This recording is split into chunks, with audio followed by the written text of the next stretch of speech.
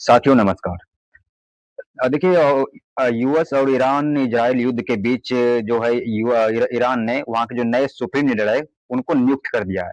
Supreme leader का नाम है मुस्तफा खमनेई।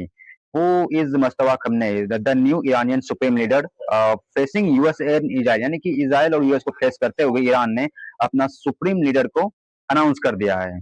तो कौन है इसके बारे में थोड़ा डिटेल में देखेंगे। सुप्रीम लीडर जो मुस्तफा खमनेई है ये कौन है, इसके बारे में थोड़ा डिटेल में बात करते हैं। देखो, the appointment of Mustafa Khamenei as Iran new supreme leader come at momentum of external open the Islamic Republic. The announcement was made shortly after Monthly by Iran Powerful Assembly of Expression.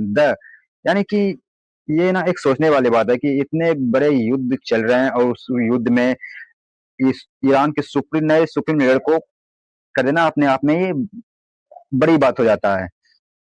यह question सोमवार को आधी रात में किया गया था।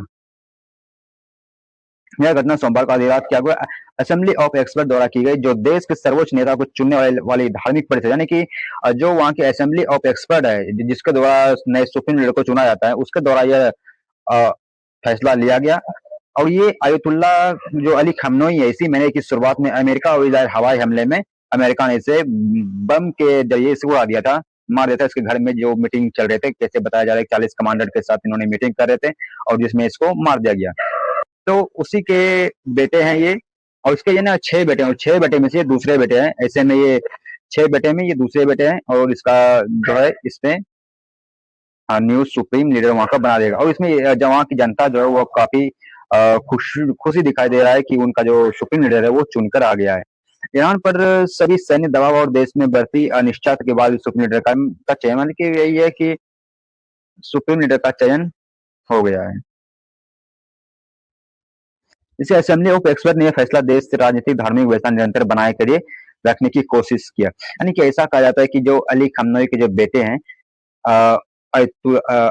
मुस्तफा खमनई, ये उसी अपने पिता के इशारों पे या उनके जो थॉट है, जो विचार है, उसी के विचारों से चलते हुए चल रहे हैं लंबे समय से। और ये मुस्तफा खमनई जो लंबे समय से संभावित वहां के उत्तराधिकारी माने जा रहे थे, हालांकि ऐसी कोई औपचारिकता पद वहां पर नहीं है कि वो ऐसे कर सके। उन्होंने अक्सर पर्दे के पीछे से प्रभावशाली शक्ति, यानी कि पावर ब्रोकर के रूप में काम किया है।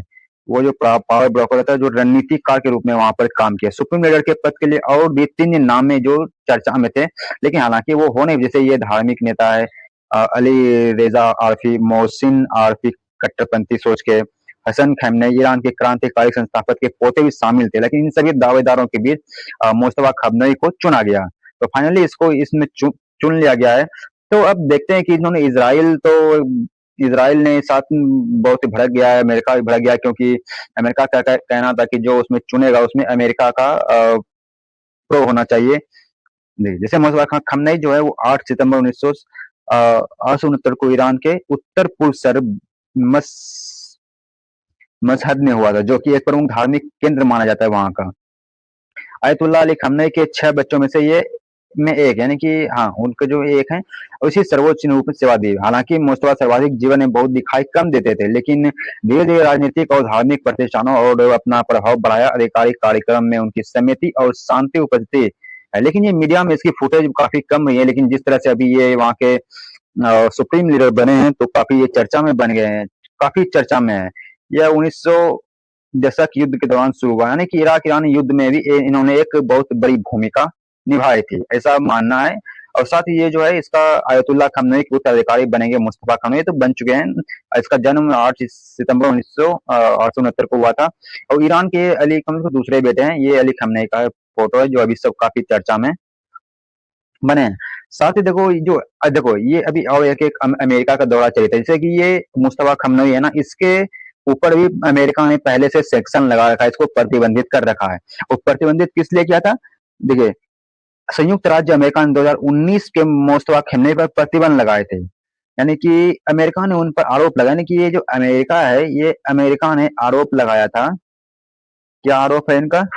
आरोप एक राजनीतिक मामलों में अपने पिता का प्रतिनिधित्व करते हैं, यानी कि इन्होंने ये तो सीधा है कि अपने पिता का ये प्रतिनिधित्व कर रहे हैं और ईरान की सुरक्षा एजेंसियों के साथ मिलकर सरकार की क्षेत्रीय और घरेलू नीतियों का आगे बढ़ाना, तो इसमें गलत किया गया है। यानी कि ये अमेरिका का दोहरा नीति है। अगर वो अपने देश के लिए सुरक्षा एजेंसियों के साथ मिलकर अपना कुछ काम कर रहा है, तो इसमें अमेरिका को कोई दिक्कत नहीं होनी। दिक्कत सब ये है कि परमाणु क्षमता।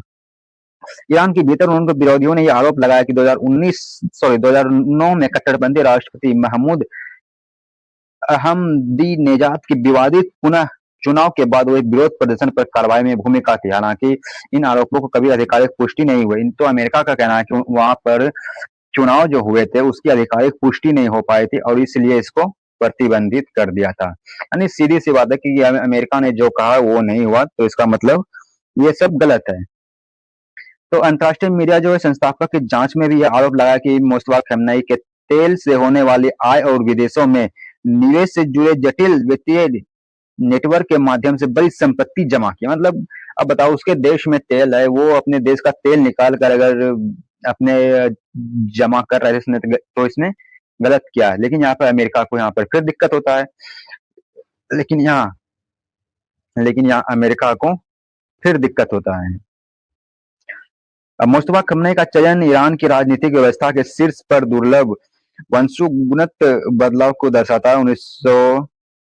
1979 की इस्लामिक क्रांति ने राजशाही को उखाड़ फेंका था और शाह के अधीन सदियों से चली आ रही वंशवादी सत्ता को खत्म कर दिया। जो देखो, इसका तो एक बड़ा हाथ है। जो 1970 में इस्लामिक क्रांति थी ईरान के अंदर, अगर आपको पता हो तो वो तो अलग मैटर है। तो उसको अंदर इसकी बड़ी भूमिका थी, जिसके बाद इन्होंने राजशाही को उखाड़ फेंका था। तब आजा के इसके पिता ने बताया था। इसके बावजूद असेंबली ऑफ एक्सपर्ट ने अंततः देवयान सर्वोच्च नेता के बेटे की चुना ताकि युद्ध और राजनीतिक अनिश्चितता के समय सत्ता में निरंतर बनी रहे। इजराइल ने पहले ईरान के नेतृत्व को चेतावनी दी, जिससे संकेत मिलता है कि क्षेत्रीय संघर्ष अभी खत्म होने के से बहुत दूर है, जबकि मुस्तफा खamenei देश के सबसे शक्तिशाली पद को संभाल चुके हैं। ये मुस्तफा खamenei जो इजराइल का सामना कर रहे हैं। लेकिन अब देखने वाली बात है कि जो इजराइल का कहना है कि जो मुस्तफा खamenei इसको टारगेट कर लिया है, ये किसको कभी भी उड़ा देगा। तो अब देखो, इतना आसान होने वाला नहीं। जो अमेरिका और इजराइल सोच के बैठा था कि ईरान को वेनेजुएला समझ लिया, जिस तरह से उसको हमने उठा लिया, इसको गोला बारूद मारेंगे तो ये झुक देगा, सरेंडर कर देगा। लेकिन ईरान की सबसे खासियत ये है कि ये अभी तक लड़ रहा है और यही शायद यूएस और इजराइल की गलती है। इजराइल की शायद यही गलती है